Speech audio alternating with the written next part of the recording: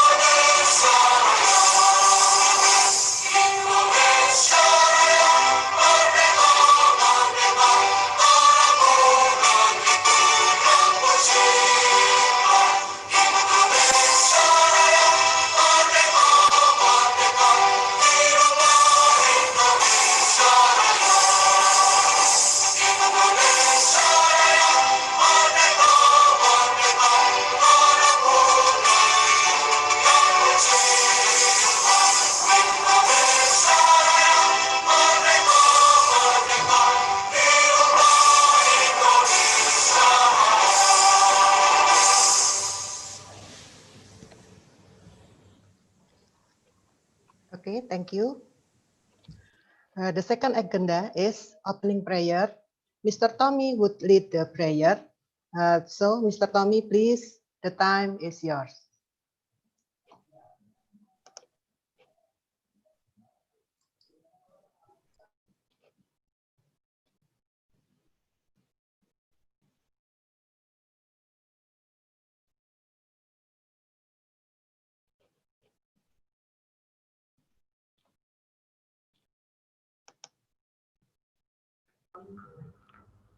Mr. Tommy, can you unmute your?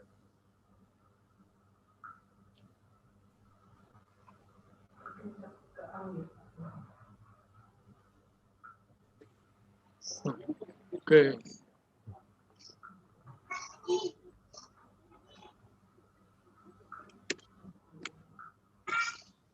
Assalamualaikum warahmatullahi wabarakatuh.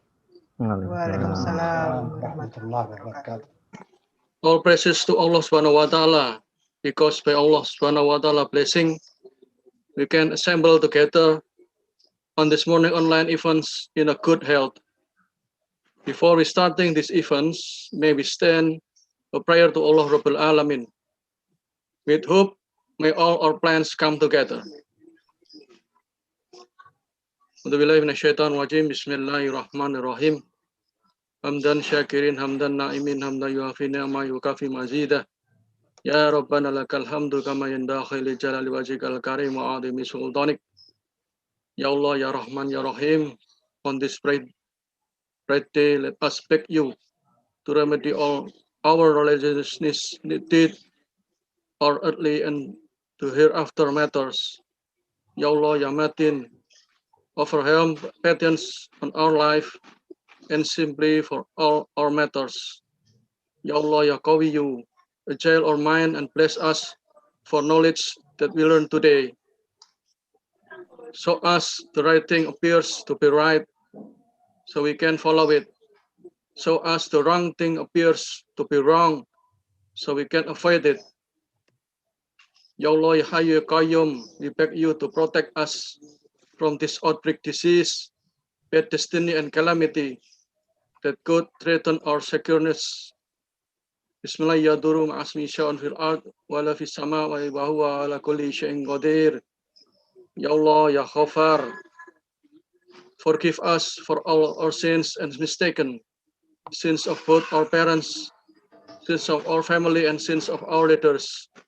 Ya Allah, show us the straight path, the path of whom you've blessed, not the path of whom you've cursed, and not the path of whom goes astray. Ihdina syiratal mustaqim. Lama filana dunubana warhamna kama rabbaina syaghira. Rabbana filana wa syayatina innaka antat tawwabur rahim. Allahumma rabbana tulana anfusana wa lam taghfir lana wa tarhamna lanakunanna minal khasirin. Rabbana tusya qulubana ba'da idh hadaitana wa hab lana min ladunka rahmah innaka antal wahhab. Wa nas'aluka al-afiyata fid dini wa dunya wal akhirah. Rabbana atina fid dunya hasanah wa fil akhirati hasanah wa qina adzabannar. Bi rahmatika ya arhamar rahimin wa sallallahu sayyidina Muhammad wa alihi wasallam. Walhamdulillahi rabbil alamin. Thank you. Amin, amin ya robbal alamin. Okay, the third agenda is welcome speech by the Dean of Engineering Faculty to Dr. Randa Jaria. The time is yours.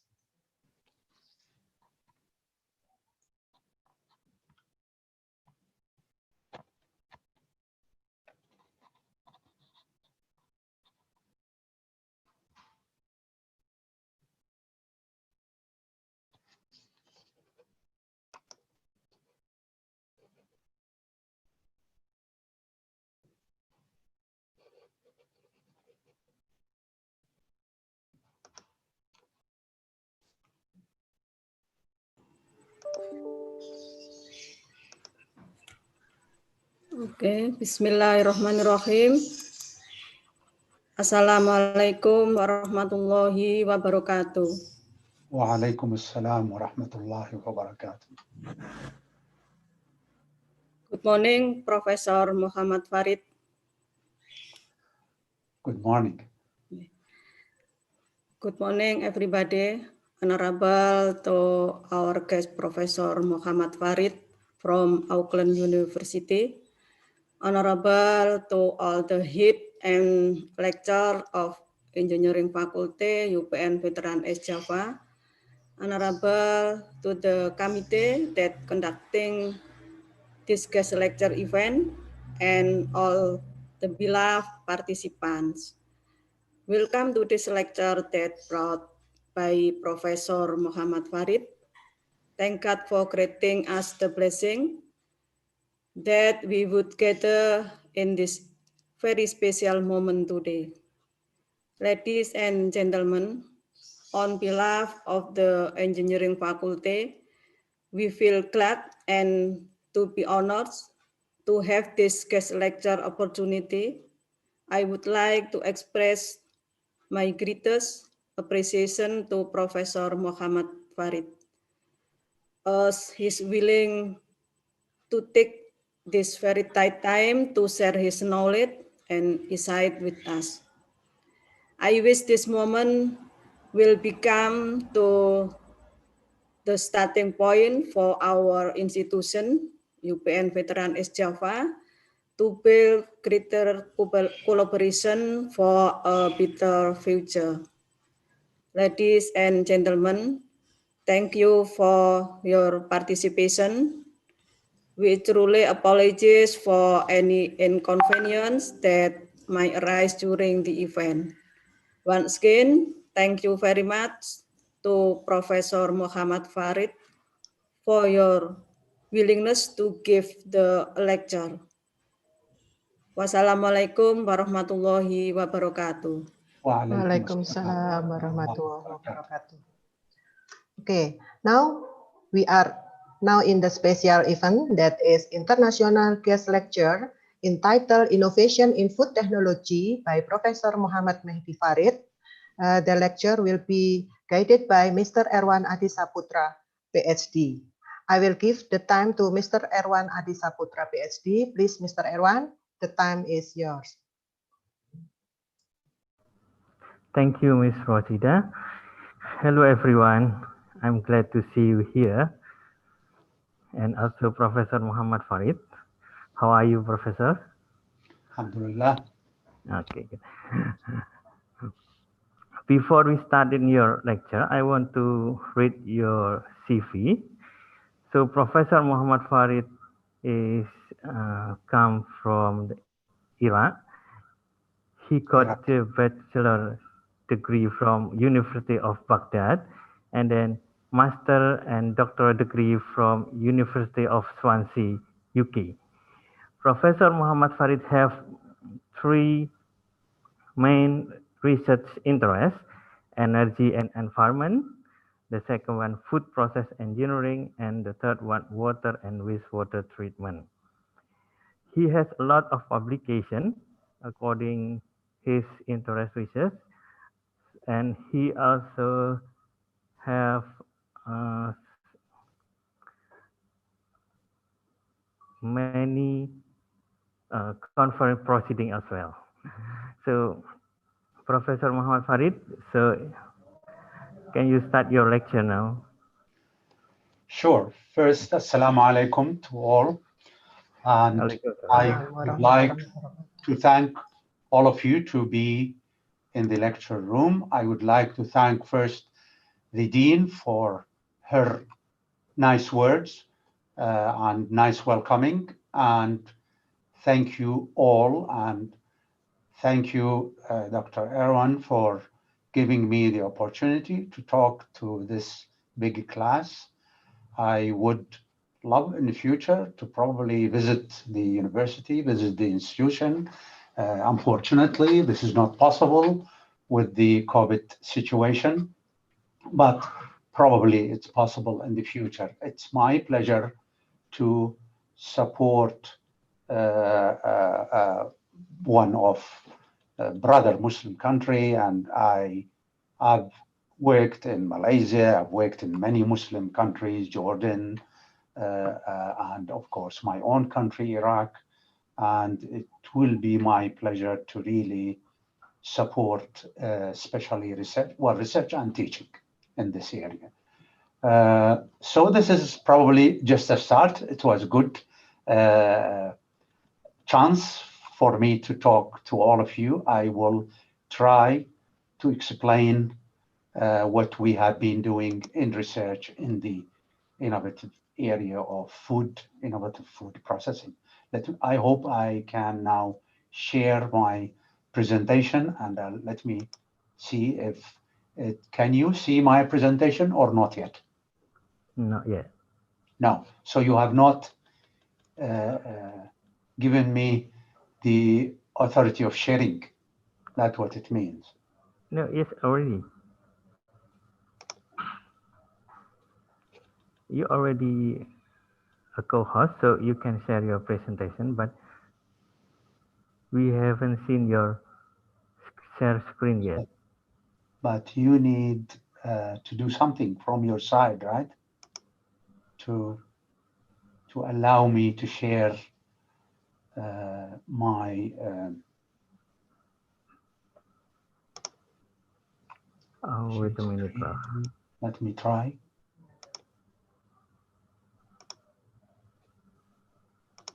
So the signal show that it is there, the share screen, but let me try again and see.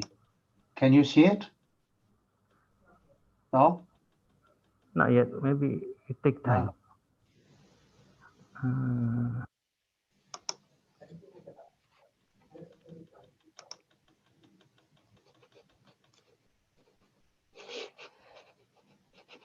Wait.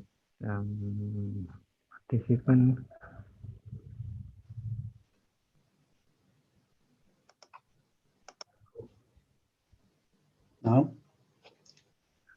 Not yet. So, Okay, let me get somebody to help just in case. yes, sir. Give me a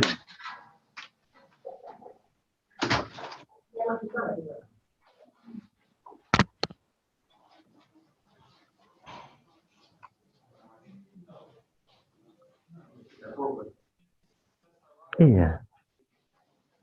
have somebody to help me. Are you here in the Zoom or not? The Zoom software. Yeah.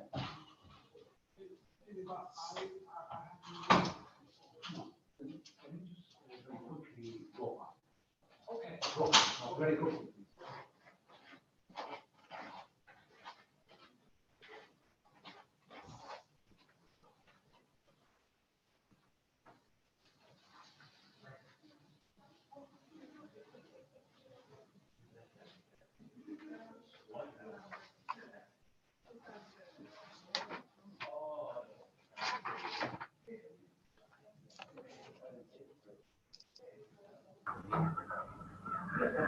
Prof. Yes, I have asked somebody to come to check the system Oh, okay. because you still can't see the presentation, right? Yes, I can.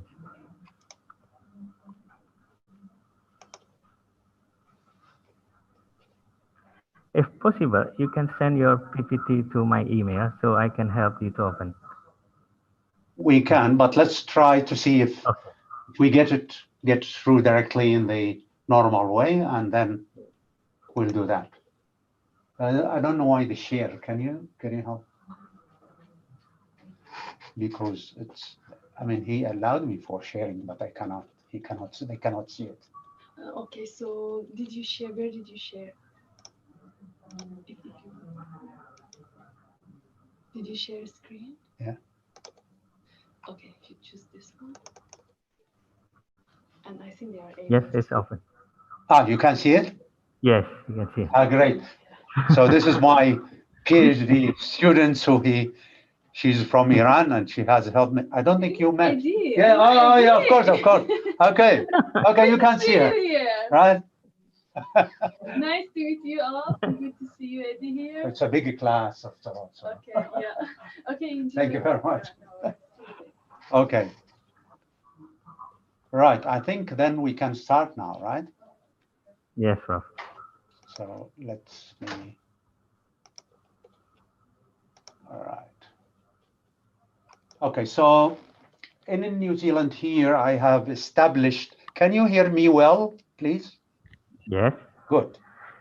And I'll try to speak slowly. So when I came to New Zealand 22 years ago, I started this area of non-thermal processing in New Zealand. It was known in Europe and in Japan, but it was new to New Zealand.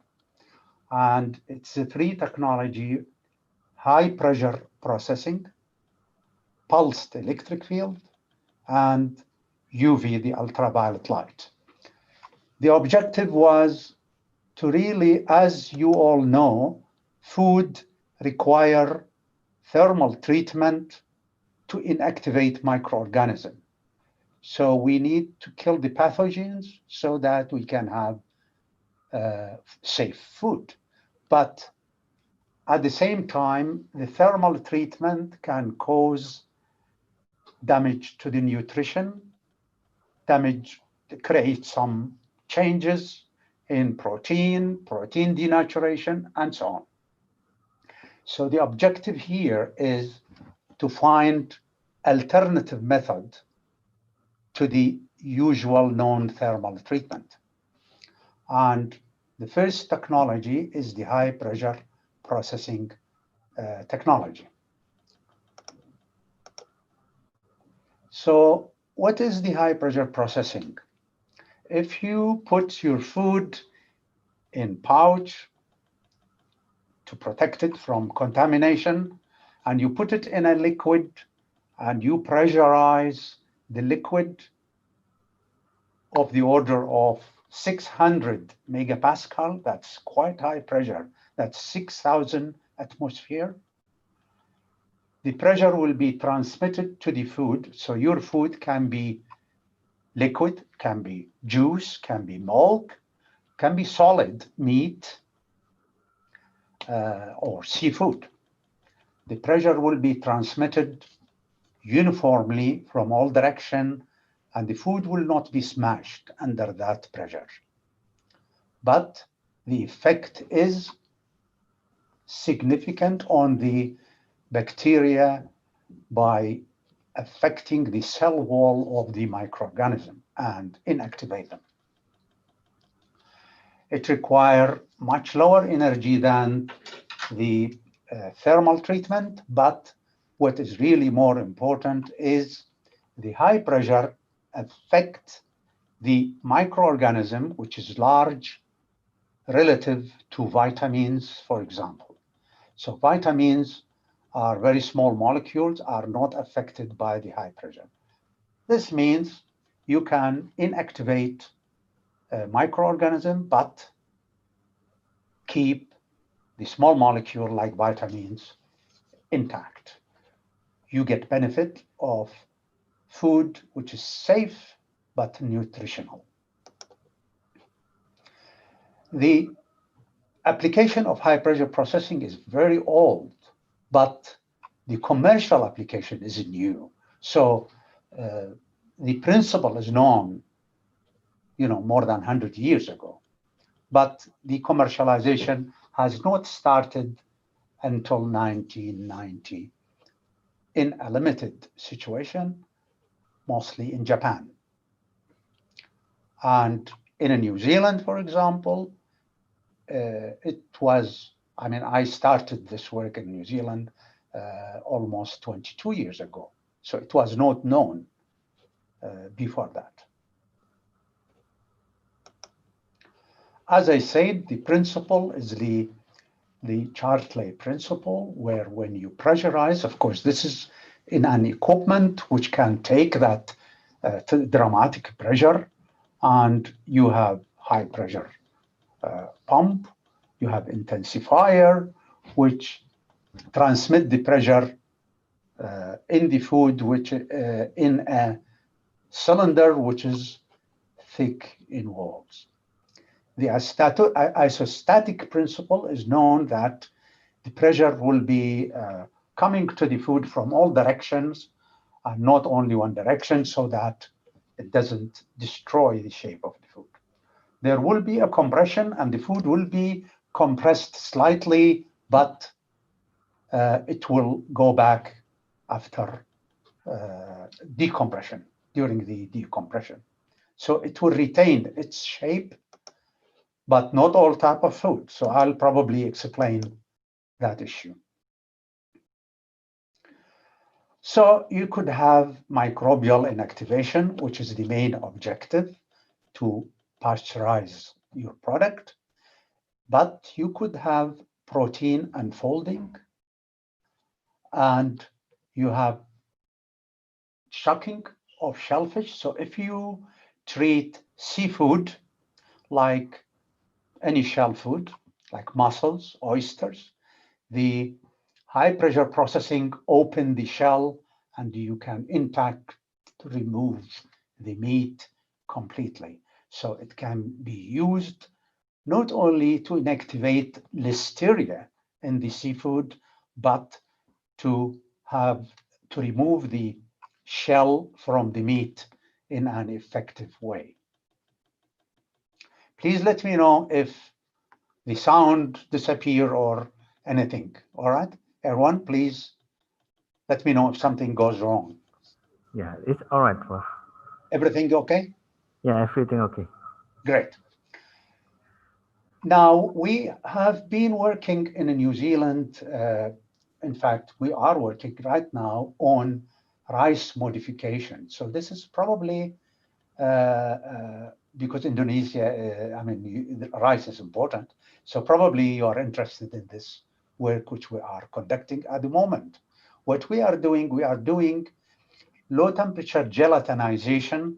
So we treat the rice under high pressure and create gelatinization to the starch in the rice, which means it's partially cooked.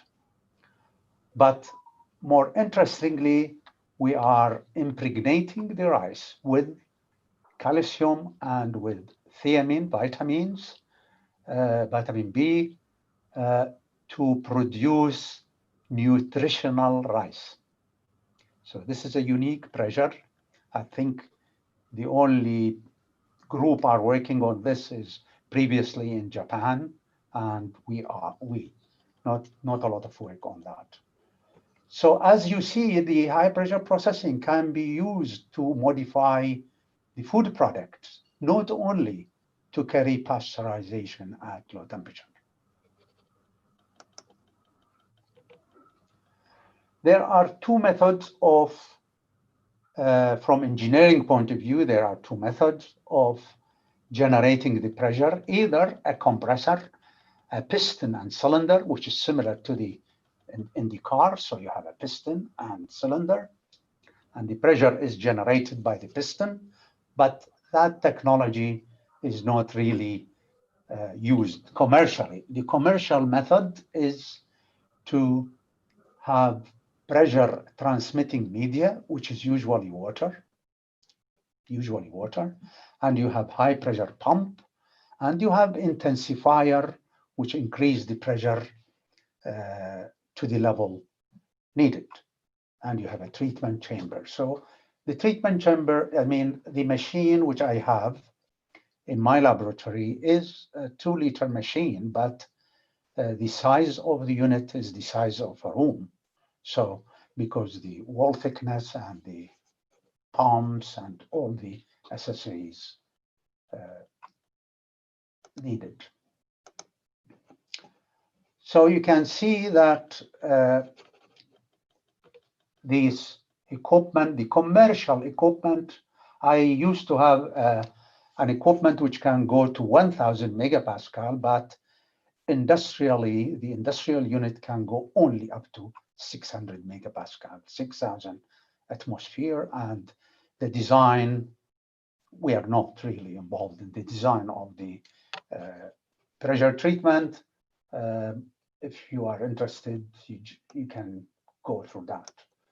I think we are more interested on what happened during the pressurization. So when you compress the water surrounding a food product, what will happen? The water and the food product will be compressed, although water is, we call it incompressible, but under that high pressure, it is really compressible fluid. You get about 10% compression or 7% compression. And when you release the pressure, the food product goes back to its original shape. There is, I mean, this is a process which is called non-thermal processing. The reason is because you can inactivate microorganism at a temperature well below the pasteurization temperature, which is 72 or 75 for a few seconds. So, but scientifically, it's not really completely non-thermal, especially for us as engineers, because there is something known called adiabatic heating.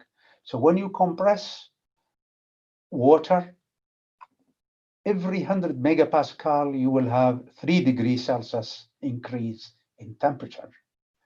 So we need to understand that, which means if you compress commercially to the 600 megapascal, you will get about 20 degrees Celsius increase in temperature.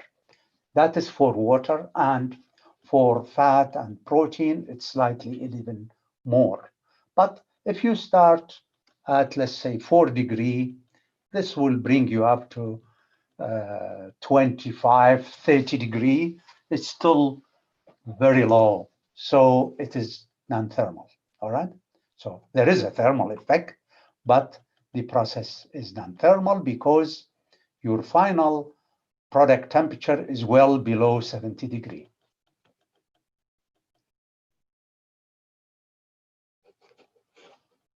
Okay. I'm assuming that the question will be at the end of the presentation, right? Because I see some people raising hand. So what you see here in front of you is a typical measurement in our unit. Shravani Gupta was one of the students who worked on green mussels to inactivate Listeria using the high pressure processing. If you look at the pressure rise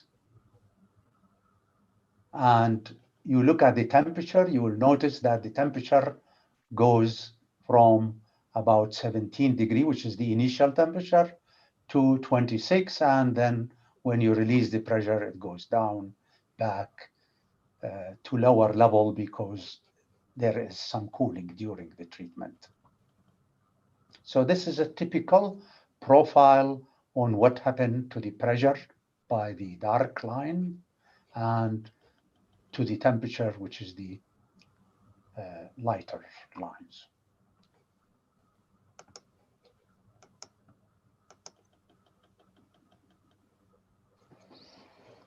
Of course, different microorganisms require different pressure, time, condition. So you cannot put a general statement on the high pressure processing to all equipment, to all products. So you need to be careful. This is why the high pressure processing cannot be accepted as a process of dealing with all sorts of food products. You have to look at each case by case, and as you can see, the effect of pressure on the total count here, and at extreme high pressure, you need very short time of the order of 5 minutes for the treatment. But different microorganisms require different treatment. Spores are very difficult to treat. I see if I have time to talk about that, or maybe in future. So this is why you cannot produce a product which is completely shelf stable. It is a pasteurization. So please pay attention to that. The high pressure processing is a pasteurization process and is not a sterilization process.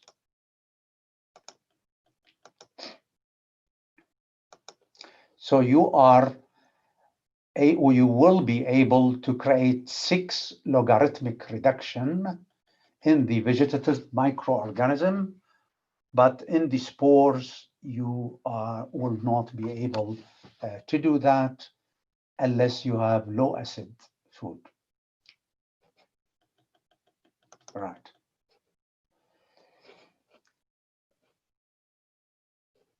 This shows that the temperature, the thermal treatment can help the pressure requirement to inactivate these are for different microorganisms. For example, for E. coli, at low temperature, you need that sort of pressure, but when you heat your product slightly, you can lower the treatment pressure.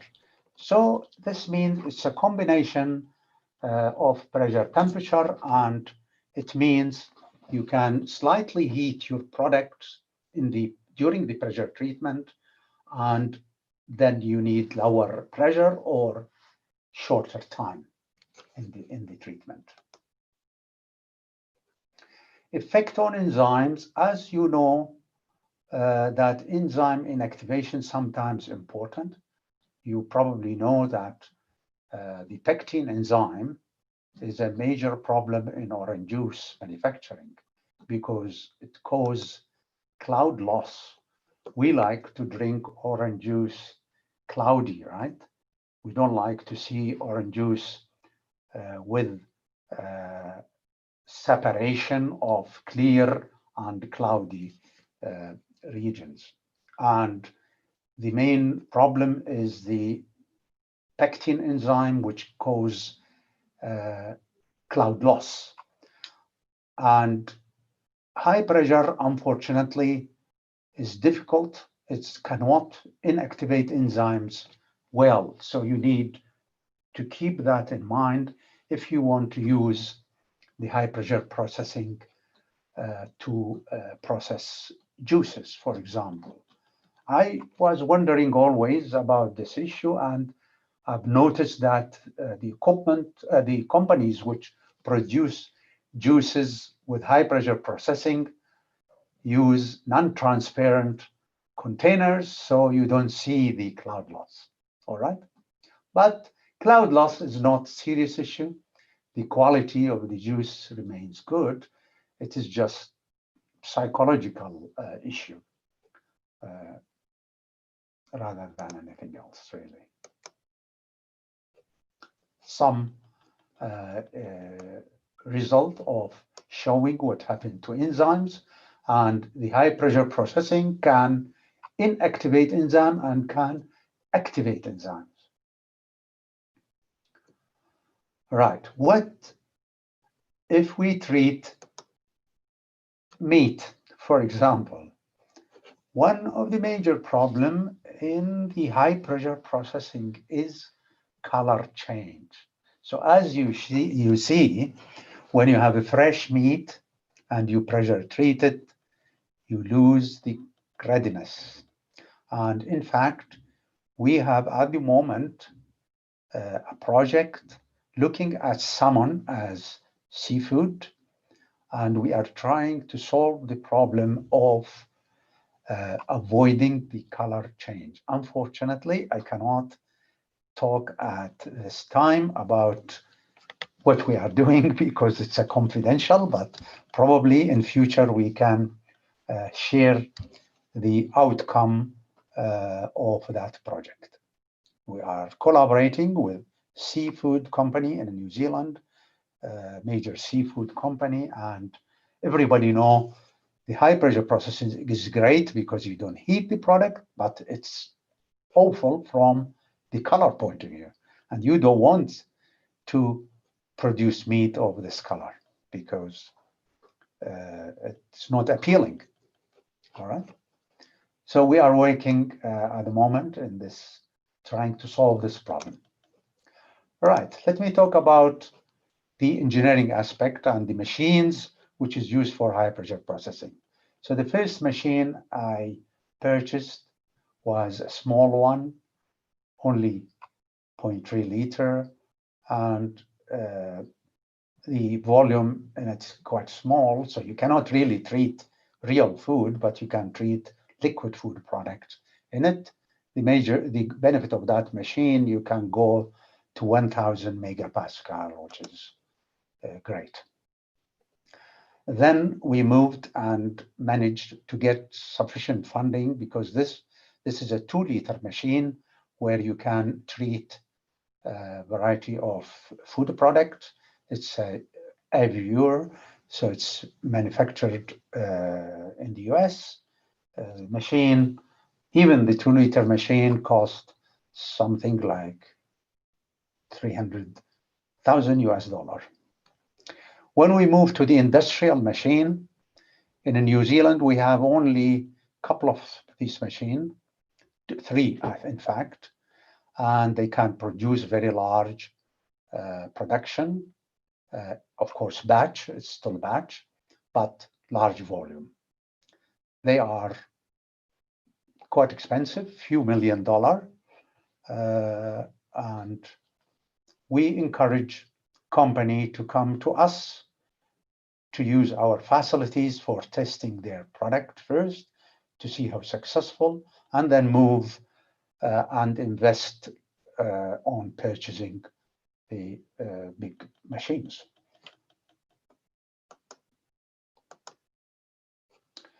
Now, can we treat all food with high pressure processing? Oops, sorry. The answer, no. We cannot treat all food using high pressure processing. These are some of the food which has been treated and commercially available. Homegrown is a company which we are collaborating in a project, and they are producing very nutritional juices, all sorts of juices available in the New Zealand market. It took quite a long time to establish the company. You can treat cheese, you can treat fish, seafood, you can ready-to-eat meals, vegetable, juices, etc.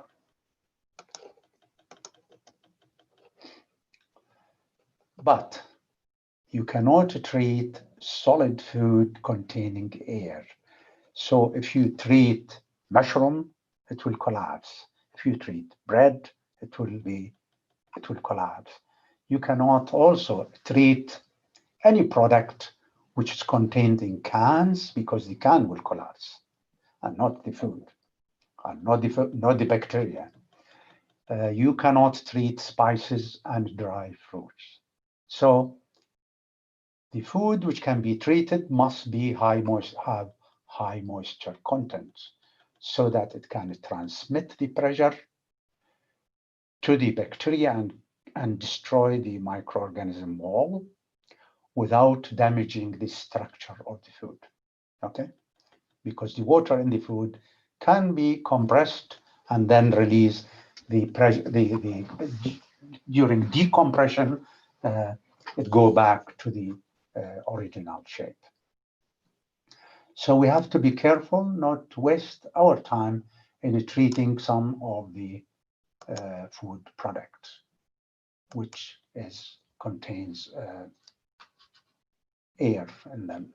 These are samples of food products available in the world, and you can see quite large number of products: seafood, meat, juices, guacamole, and ready-to-eat food, and so on. The rice is not included here because it's a specialty of Japan, and as I said, we are working on it, and probably if you're interested, we could in the future have some of you working in that area, because it's a product which is important. Again, commercialization line, you can see a lot of product.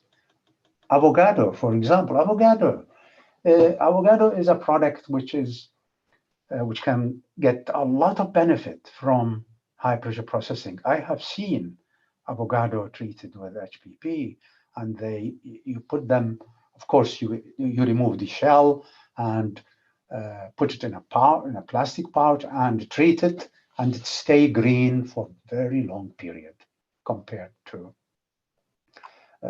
if you leave it. As you know, avocado will get oxidized. I'm pretty sure there are potential application for some of the fruits in Indonesia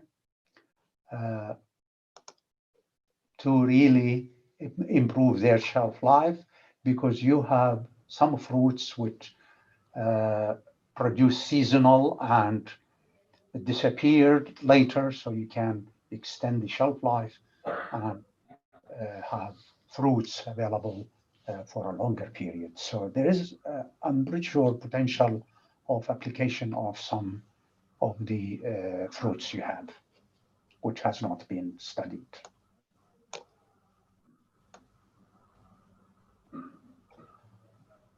All right, let's leave that. Obstacle then. Probably some of you are going to ask, well, if this technology is so beautiful and produce great products, why it's not being widely used? First, people don't know much about it. Second, investment cost is high. And the number of companies which produce these high pressure machines are very limited. They are handful, few. One, the major one in Spain and in US, and now in Japan. Now I mean in China recently. So not many, probably 10 companies or so. And because of that, the technology is limited. But it's a great technology from that point of view. And I really don't know if in Indonesia people have used this technology. Maybe Dr. Erwan, you can send me email just to indicate whether anybody has used it or not yet, and probably the potential of using it in future. Yeah. Right? So I will move to the second technology, which is the pulsed electric field. The pulsed electric field is the technology which I also introduced to New Zealand 22 years ago, and it was funded by Fonterra, which is the main dairy company in New Zealand, and they funded PhD students and funded the equipment. We built the equipment ourselves, and we are capable here to build the unit. We build the system, and we have a small electrical engineering company which built the pulse generator for us, because that is the difficult part. I will try to explain this technology, and as you see, the principle of it is again very old, but the commercialization is more recent. The principle behind it is, if you have two electrodes and you have, for example, milk passing between the electrodes, or juice or any product, any food product, and if you apply extreme high voltage, we are talking about 30,000 volt, okay, 30 kilovolt, but in short pulses, so that you don't generate a lot of heat, what will happen, this high electric field will cause a phenomena called electroporation. That is creating holes in the cell wall of the microorganism, and then the microbe will die, the microorganism will die. So that is the principle behind it. And the heat, there will be heat generated, but short.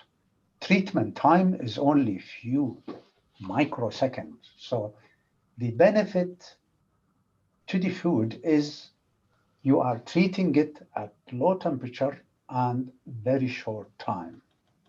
And that will create tremendous benefit to the nutritional value. So you can produce safe product because you are inactivating the microorganism, but with minimal damage to the vitamins and so on.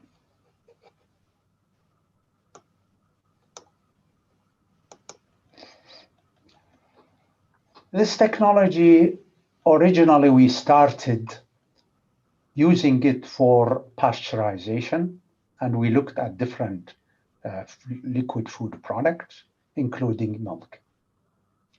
But later we used it for extraction. So the same thing, for pasteurization, you are inactivating the microorganism. For extraction, we put the cell material. For example, I give you an example. We have one PhD student at the moment. She is extracting polyphenol and polysaccharide and other compound from Manuka honey. Manuka is a tree which is very famous here in New Zealand. And usually the honey which is produced from the manuka tree is very valuable because it has a lot of health benefit. So we are not using the honey, we are using the manuka trees and put it in the pulse electric field unit, and the pulse electric field unit disrupt the structure of the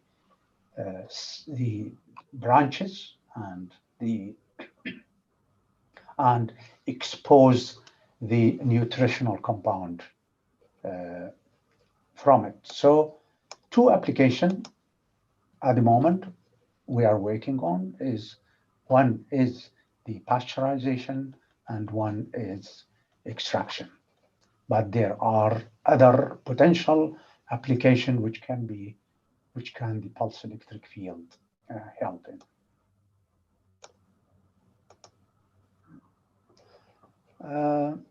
This doesn't show much. I think we skip that diagram. The main aspect is, from engineering point of view, since you are chemical engineers, is really the design of the chamber and how do you design it to be effective, and the pulse generator, which is the job of electrical engineer.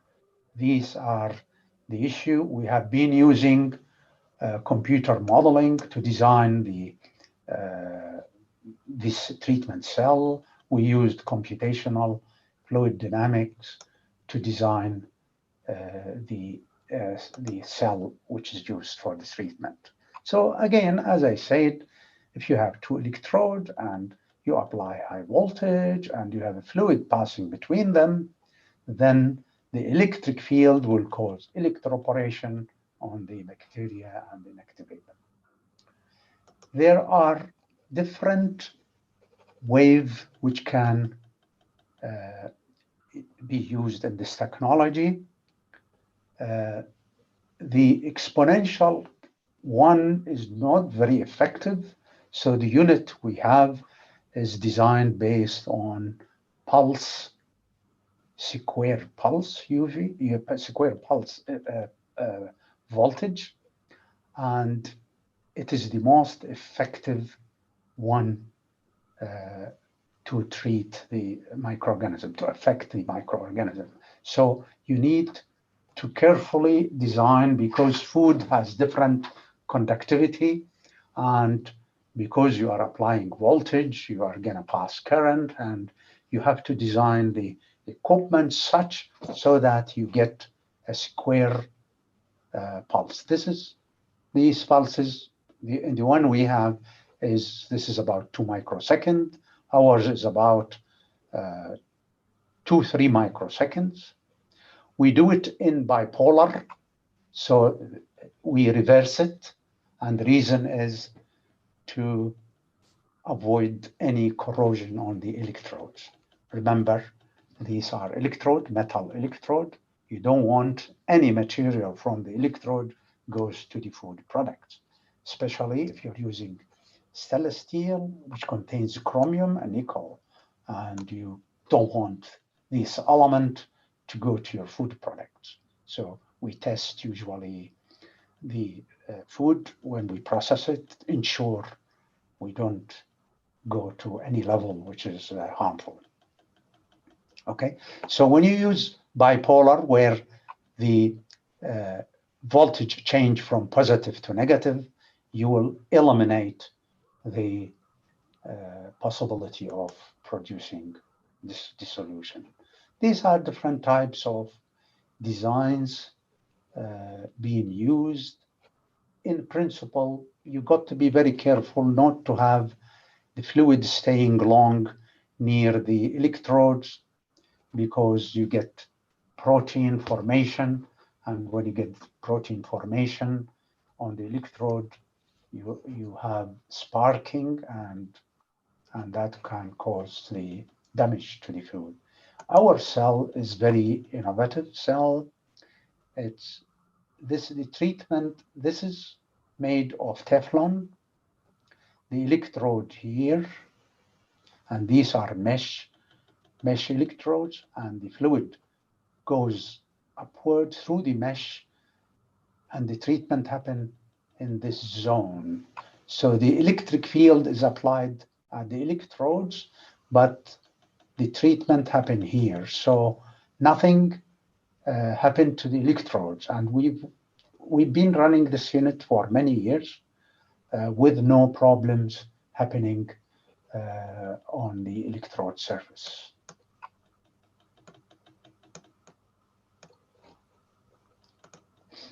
This is the experimental facilities. It's difficult. I don't think it shows much. This is just that the pulse generator, as you see, is quite long, which simply generate these pulses, short pulses. And you got the first, the first thing you need to do is to measure the conductivity of the food product which you want to measure and design accordingly. Design your cell accordingly. As you see, there's a huge variation between apple juice and carrot juice and milk and so on. So that is something important. Electroporation, I have explained what is it, and it's really the rupture of the cell wall and electrate pores in it and inactivate. And you can see what happened to the cell. This is electron microscope to a cell, and the damage which has been caused by the pulse electric field show that the fluid in the cell has come out and the cell died.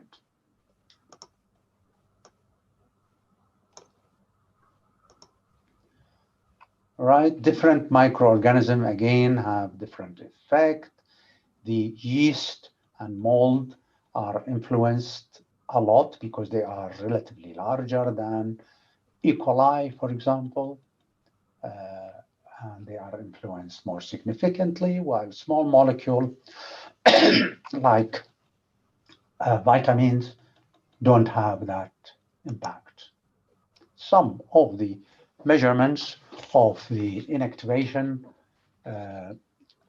done by some of my students, and you can see you can get depend on the you can get about 6-log reduction, which is needed commercially to produce a safe product. It's possible with very minimal heat.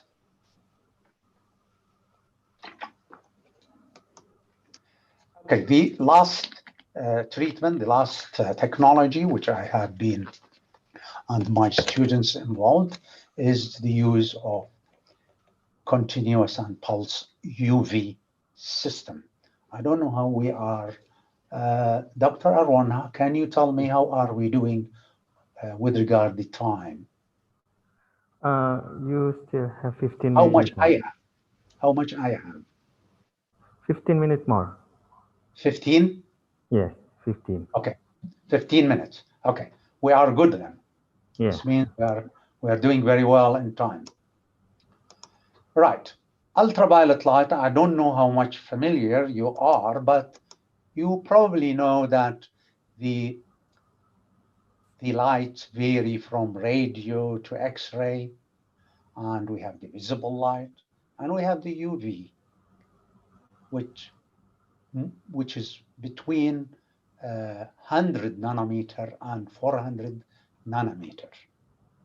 And the ultraviolet light, UV, has different types of UV. Usually UVC, UVB, UVA.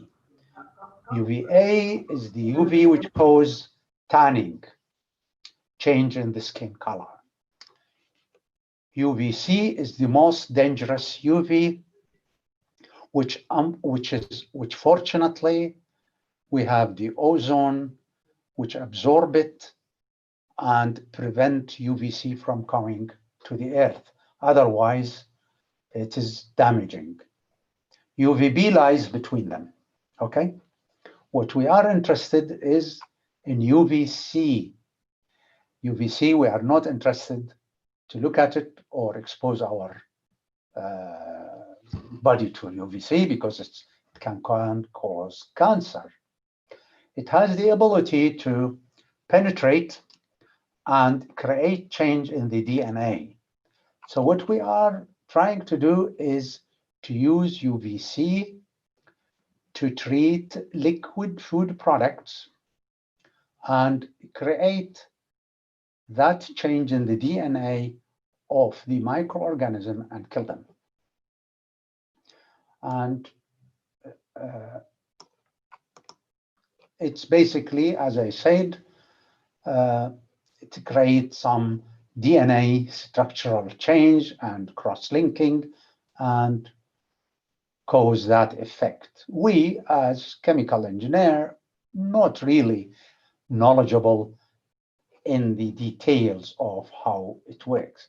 We are more expert on the design of the UV reactor, how it works and how to make it work, and lack the knowledge, but some people are more familiar with the how DNA change by using the UV. All right, so I won't be able, I won't say that I'm expert in that part.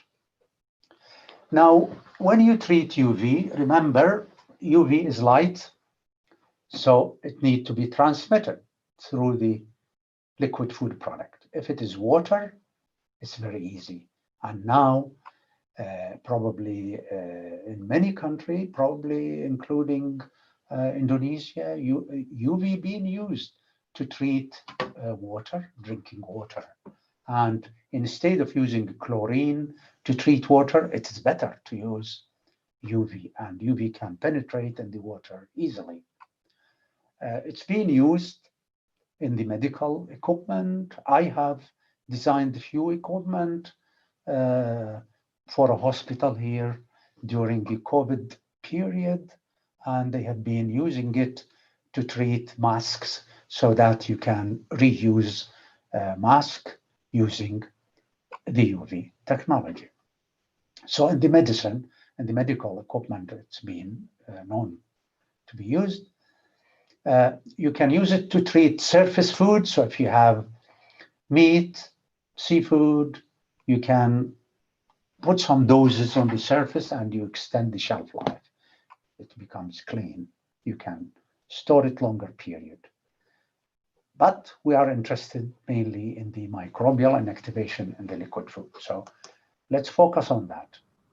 So UVC, not all of it, but the wavelength, which is 254 nanometer, is known as germicidal UV. This is the UV which create DNA change and cause damage to the microorganism. It's usually produced from low pressure mercury lamp.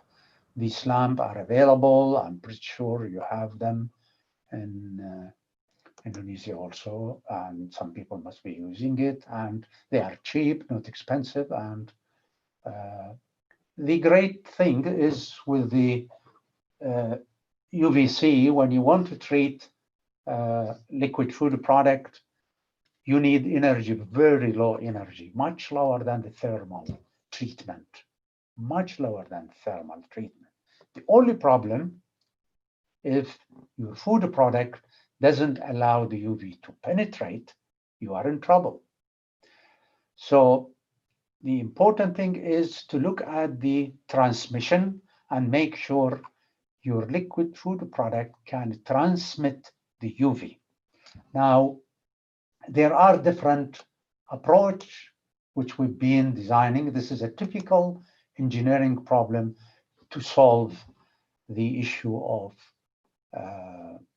UV penetration. Now, there are some indication that you could even improve vitamin D through the UV treatment, but you have to be careful not to use the wrong UV, which can generate ozone, and ozone oxidize food and create bad smell. So there is significant knowledge need to be generated before you really go and use the UV. So transmission is the most important issue. And if your liquid food product not good transmitter, you need to create a turbulence, very big turbulence, so that all the liquid is receiving the dose of the UV, dose of UV. So maybe I will quickly go through these approaches in the design of reactor. This is the first reactor we built in our department. As you see, it's 2000 year 2000. And it was for a company which wanted to treat orange juice and carrot juice. And both orange juice and carrot juice are difficult to treat with UV because they are not transparent to the UV. So what we have created a column here, and this is a falling film column where the juice is pumped to the top and flow as a thin film. Then when it is a thin film, the UV can penetrate through it.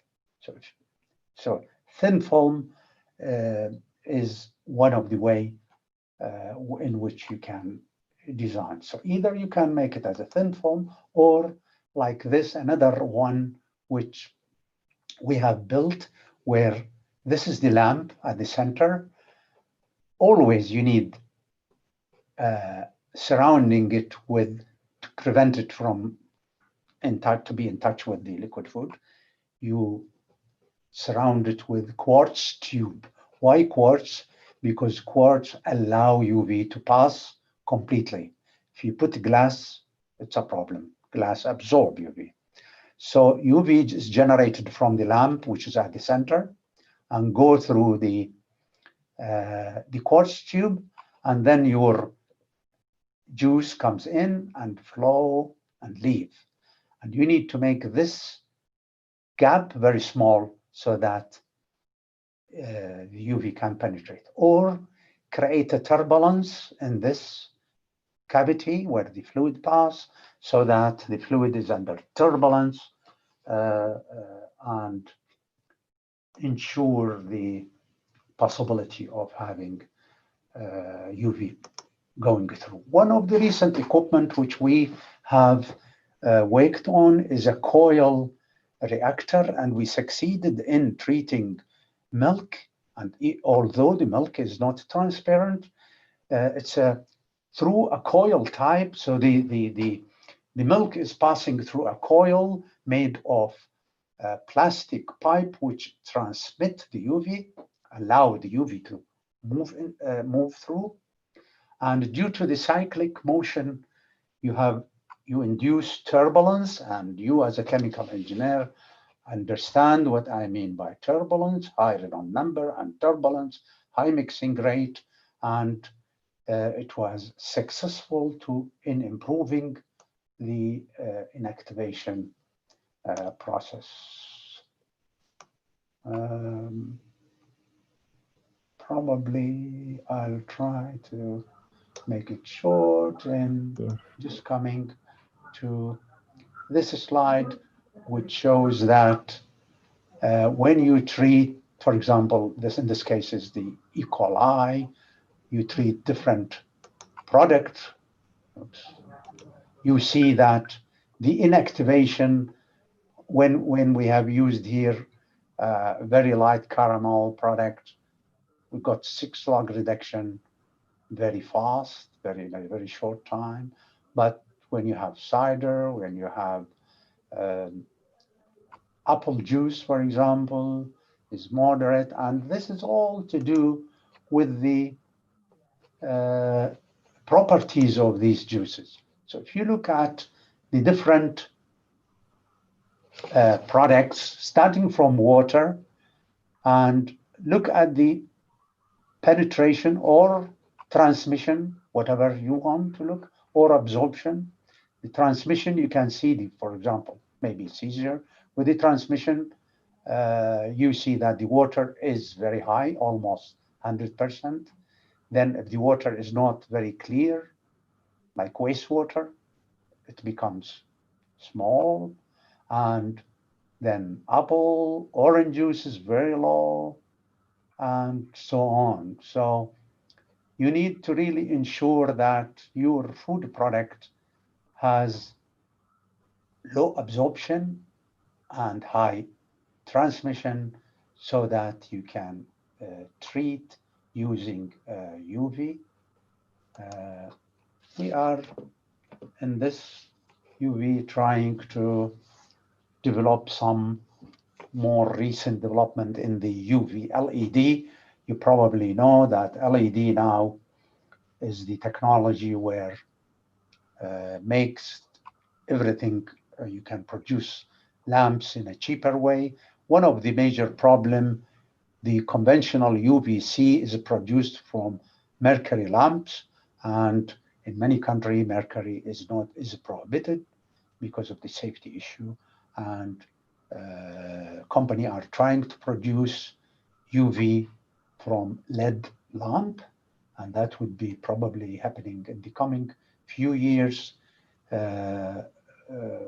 A lot of work has been ongoing, and hopefully we will see some efficient LED UV lamp, and that will allow this technology to be used a lot more. I think I probably stop at this stage to give a chance for you to ask questions. Yes, Prof, in time. Good. Okay. Thank you very much for your talk. And for all the participants, we are now in discussion session. So please write your question in the chat room, or you can raise hand so you can directly ask to Professor Farid.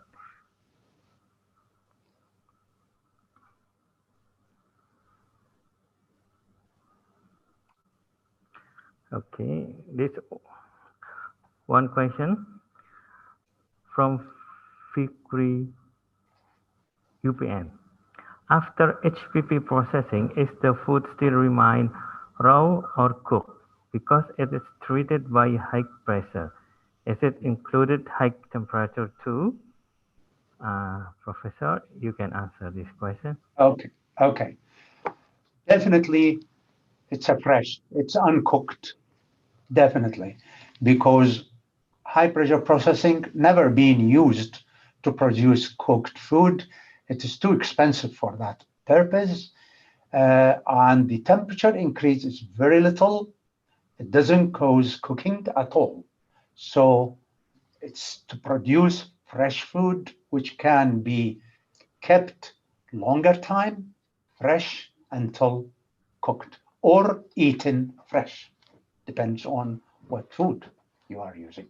So no, it's not used for cooked food. And funnily, some people, when I talk about high pressure processing, they think this is related to the pressure cooker, but the pressure cooker is only 2 bar, 2 atmospheric pressure, and we are talking about 6,000. So it's not related. Yeah, so it's fresh. It's for fresh food. It's not for cooked food. Okay, thank you very much. We have a question.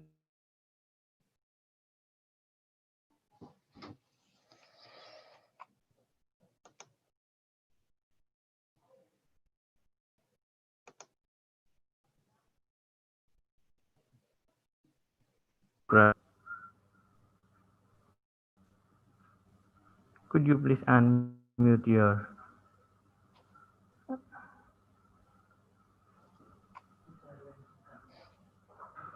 Oh, also there's from the Dean, Miss Jaria. Okay, maybe Miss Jaria, you can ask before Mr. Anugrah.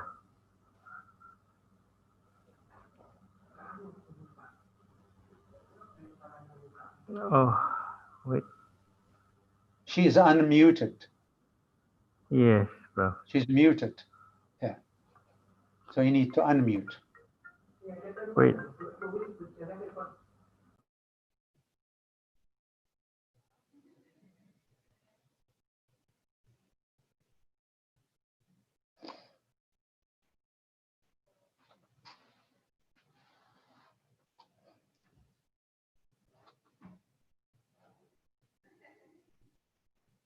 Sorry, you are muted.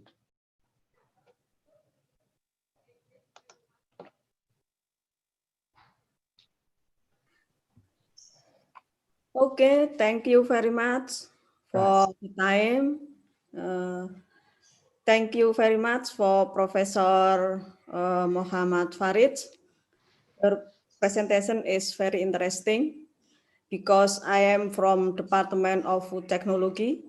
Ah, great, great. I have one question. Would you please explain about UV application, especially in treatment of polymer coating in food? Treatment Maybe, of, sorry. yes. Yeah. Polymer coating in food. On the treatment of, sorry. Yes. Polymer coating. Polymer coating in food. On the use of UV for treatment of food in general, or what? Yes. Maybe you have some research about it. About the treatment, sorry, I didn't get it. About the treatment of which food, what food, what type of food? Maybe like hydrocolloid. I mean, our experience in the food, we have treated food surface. So we have looked at the possibility of treating some seafood. We have used pulse UV, which I didn't have time to talk about, not the normal UV, but mostly on liquid food products, including milk and whey protein and different juices. Oh, okay.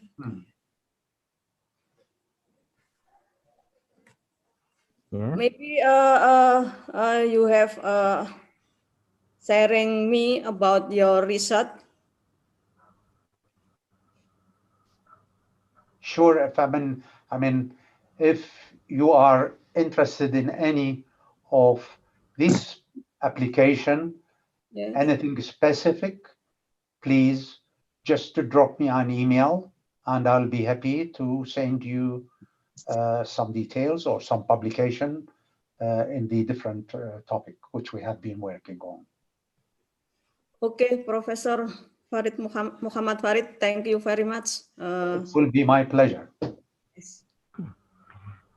Next for Mr. Anugrah. Okay, thank you to Mr. Erwan for my question to ask some question. Okay, to Professor Muhammad Farid, as you mentioned that pulse electric field can break the membrane cell in yeast, and so the application of this method to kill the microbes without damage the nutrition. And I already tried to milk, and okay, from the data I have the high nutrition from protein, and then from the total plate count also the data is lower microbes. But however, I get some problem about the sensory properties. The sensory properties from the milk, if we try it with pulse electric field, the sensory we cannot accept because the flavor and taste, it's like a fishy or uncooked milk. So how do we solve this problem? Thank you. Can I just ask you before I answer, have you done the pulse electric field treatment on milk, you said? So sorry? Did you do in your laboratory pulse electric field treatment of milk? Yes, I do. Okay.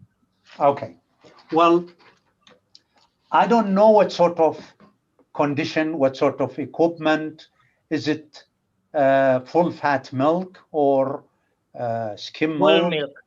Whole milk. Whole, And whole milk. what was the outlet temperature of the treatment? 40 degrees Celsius. 40. And you get a burning test in it? Sorry, pardon? Did you get the milk was not acceptable because of the burning effect in it, or what? The smell, you know, like uncooked milk. It smelled like uncooked milk. Yes. The voltage, and I tried the voltage 2050 to 2000 yeah 2000 volt. What's the gap distance between the electrodes? Because the effect really is not by the voltage, but by, as you know, by how many volt per centimeter, how many, the electric field, which is kilovolt per centimeter. Actually, this pulse electric field is the volume is 80 liters, but I'm not sure about the as you mentioned the parameter. The gap between the electrode. Is this a commercial unit? Is laboratory unit, or what is it? Laboratory. Laboratory. And I mean, I don't know the design of it, but as I said, we've never experienced any problem because the treatment zone is far from the electrode. One of the issue is the problem if your milk near the surface of the electrode stay long, it could be a problem. Okay. So probably we need to communicate by email. Okay. Thank you. Right, on the details, because I don't know. I cannot answer. Okay. Yeah. Okay. Thank you. Okay. Yeah. Okay. Thank you, Mr. Anugrah. We still have 5 minutes more. So, who want to have a question? Please raise your hand or write in the chat.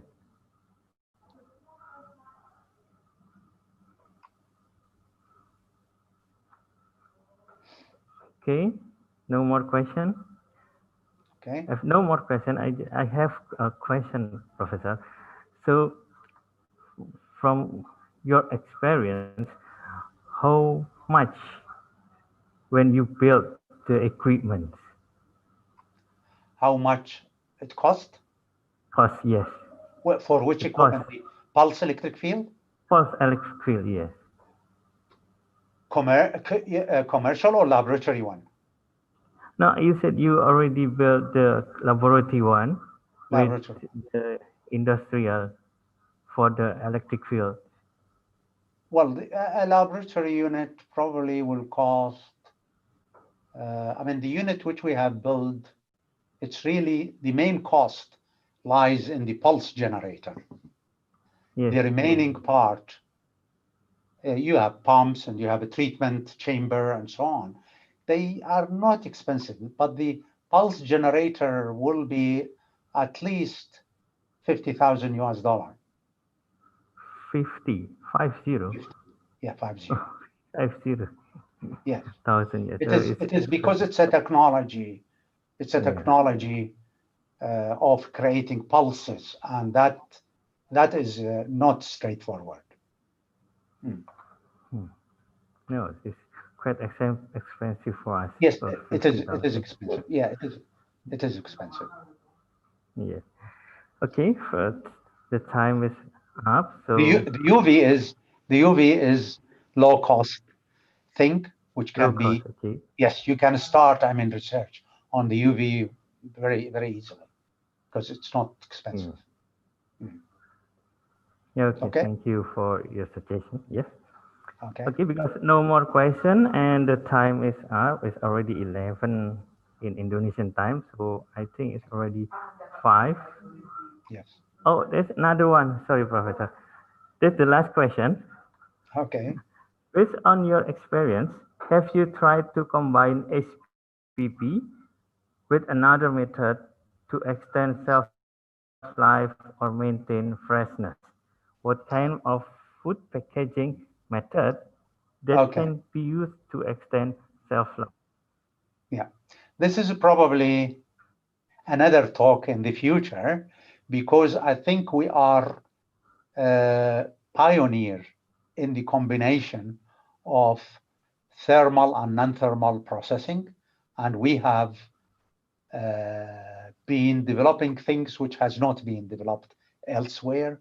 So we have, for example, used the pulse electric field with thermal to produce ESL, which is extended shelf life milk, which and shown that we can produce 60-day shelf life products. So we have a lot of work in that area. I didn't do it. It's probably we need a complete 1-hour lecture on that topic in future. I'll be happy to do that.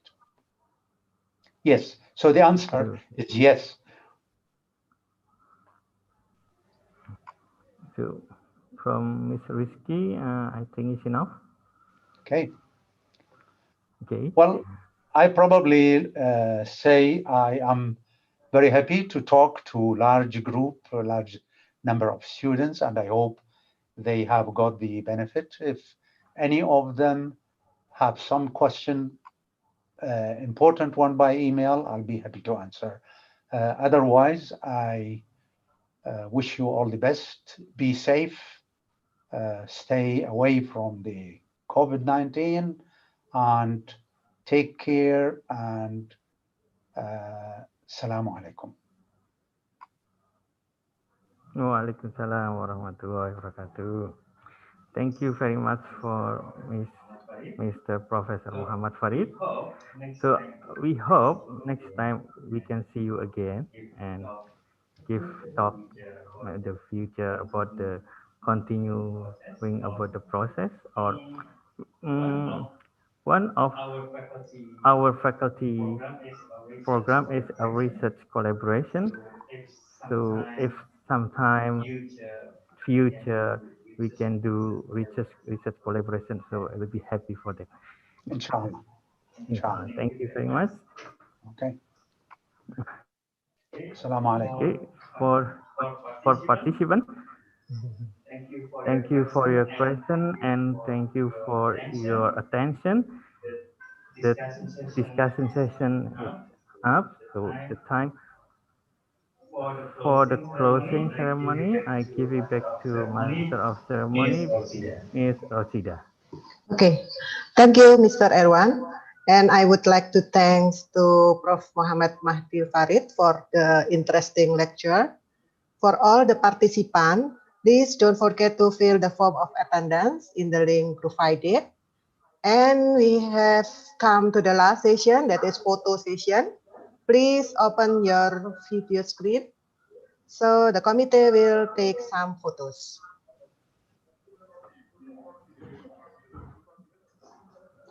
Yeah, all of you have opened your screen, video screen. Yes.